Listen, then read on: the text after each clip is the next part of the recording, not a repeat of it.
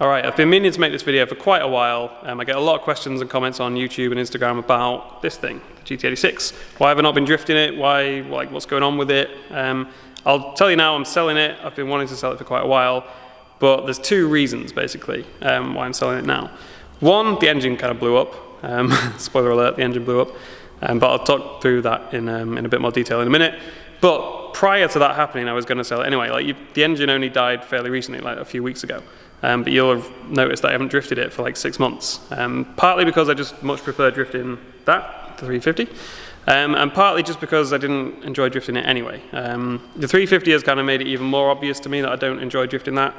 But the reason being, the steering angle kit is the main thing, really. And this is not like a dig at Parts Shop Max who make the steering angle kit, because honestly it seems like every other steering angle kit has its fair share of problems. And when you start talking to people who drift 86s with angle kits, you find out that a lot of people are having similar problems. Some people say it's great, don't get me wrong. And to be fair, like, I thought it was good at first before I'd ever drifted anything else. And before I'd sort of spoken to other people and let other people drive it. I thought, well, this is just how an angle kit is, kind of thing. But it's really not good. The steering's really heavy, but then twitchy at the same time. It gets like stuck on full lock. There's all sorts of problems, and I'm not going to go into them in this video. But suffice to say, I don't enjoy drifting it. So yeah, I'd already kind of made my mind up that I wasn't gonna drift it anymore. Or no, I hadn't made my mind up, but I was just like, you know what, I should probably sell it because I'm just not driving it much.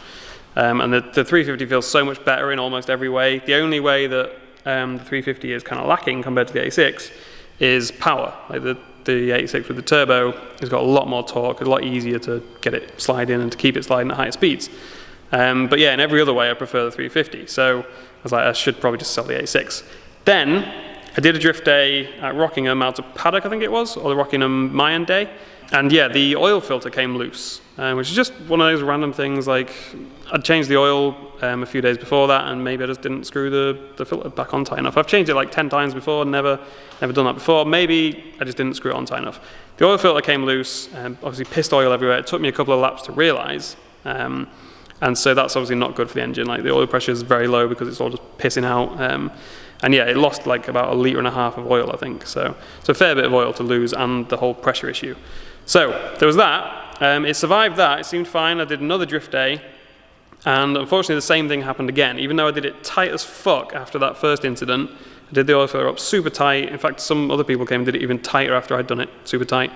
And then, yeah, the same thing happened again at the next drift day. So the oil filter came off, it pissed oil everywhere again. It took me a couple of laps to realise, because you're going right, especially on the Mayan layout, you can just keep doing lap after lap, and you don't realise if oil's pouring out your car until you've done a couple of laps and you see some oil on the floor, and you think, is that me? I should probably check. And you pull over and realise that, yeah, shit's gone bad. So yeah, it still worked fine after that, which I think is quite a credit to it that it survived that. But then, I mean, it technically didn't survive that, because a few weeks later when I started it up, just to like move it around, I think, no, I was going to drive to a car meet.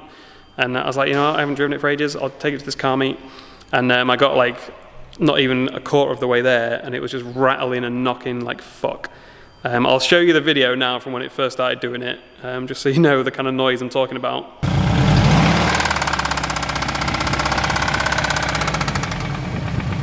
It goes up and down with the RPM.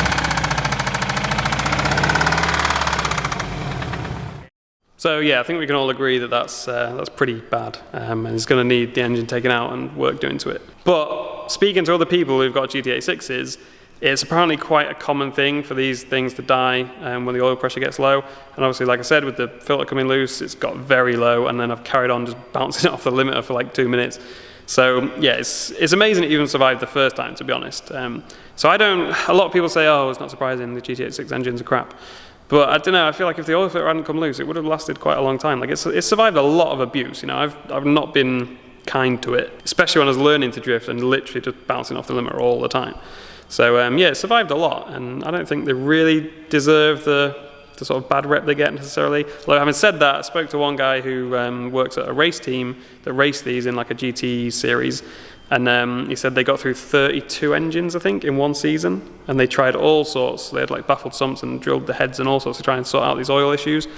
And yeah, 32 engines in one season died because of oil pressure. I think the only way they managed to fix it in the end was to go to a dry sump system. So yeah, like I say, mine seemed to be okay until the oil filler issue, but other people do have problems with them. So yeah, what's happening with it now is Abbey Motorsport, who are doing the engine build on the 350, they're going to buy it off me. I did consider like stripping it for parts and stuff and selling everything separately, or selling it as a whole car if someone wants to buy one that doesn't run. But to be honest, it's so much hassle. You've got to deal with a lot of people wasting your time and stuff. And yeah, it would make more money, but I just can't be asked with the effort, to be honest, of it. Like, especially because I'm already fed up with the car. I don't want it to drain any more of my time and effort. I just want to get rid of it. So Abbey Motorsport are going to buy it off me. We'll work out some kind of deal for doing like the engine build and giving me some cash for that or something. I don't know. But yeah, they're going to buy it. So if there's something on it that you want, I guess speak to Abbey. They'll be stripping it and selling stuff off it pretty soon. But yeah, that's it. I've ended up waffling on for way longer than I meant to, as usual. But that's what's happening with it. I'm sure some people will be like, oh no, you should keep it. But the amount of time and money and effort I've spent on trying to make it better, trying to get it to a point where I enjoy driving it, and it's just not happening. Like, we put new coilovers on it not long ago, new knuckles and stuff, like trying to make it feel better. Tried loads of different alignments and stuff. It's just angle kits on these cars just have all sorts of problems. Again, it's not just Parts Shop Max. Even the people that go Wisefab and go through the massive rigmarole of changing the whole steering rack and the power steering setup and all that, they still have problems. Maybe not the same problems as the PBM one, but it's not a good car for angle kits, that's all I'll say. I'm sure there are some people that have got it working well, don't get me wrong. Someone will point to like Frederick Asbo or whatever, although apparently he had some issues as well, but I'm not going to go into that. I'm sure some people can get it working. I have just lost the love for this car, basically. After spending so much time and money on it, I've lost the enthusiasm. That's the word I'm looking for, enthusiasm. That was the other thing, obviously, because it's been crashed twice into a wall, it makes it even harder to sell. But yeah, I'll be just going to use it for a track car, I think, so they're not too fussed about that. So yeah, that's pretty much it. Again, I'm sure people will say, no, keep it. Like, you should do this, you should do that. But I've had it for 3 years. Is it 3 years? Yeah, 3 years. I've learned a lot. Like, that's the first car I ever worked on myself. It's the first car I ever done anything on. So it's taught me a lot, and obviously I've learned to drift in it as well. So I don't regret buying it or anything, but it's time for it to go, and I will replace it with something. Kind of waiting to see what the new Supra's like, but I don't think that's going to be any good, to be honest. I want to think it's going to be good, but every single rumour I hear about it just sounds worse and worse, and also it's going to be pretty expensive for a drift car. Yeah, maybe a 370Z or something, although apparently they're making a new 370Z, like a 400Z or something, but I know that'll be years, won't it? So yeah, there's not really anything other than a 370 that I can think of to replace it with, because I don't really want to go old school. Like, I know a lot of people are like, oh, I'll get like an S13, S14, whatever, maybe an S15, they're not that old, to be fair. But yeah, I don't know, I like modern stuff. Like, the 350 is like kind of the oldest I would go.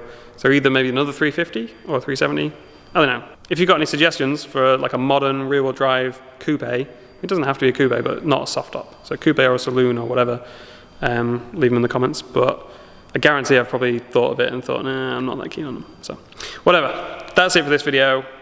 Sorry to anyone who wanted to see more GT86 content, but it's the way it goes. I'll catch you in the next video, which will probably be more twin turbo stuff on that thing. So yeah, see you there.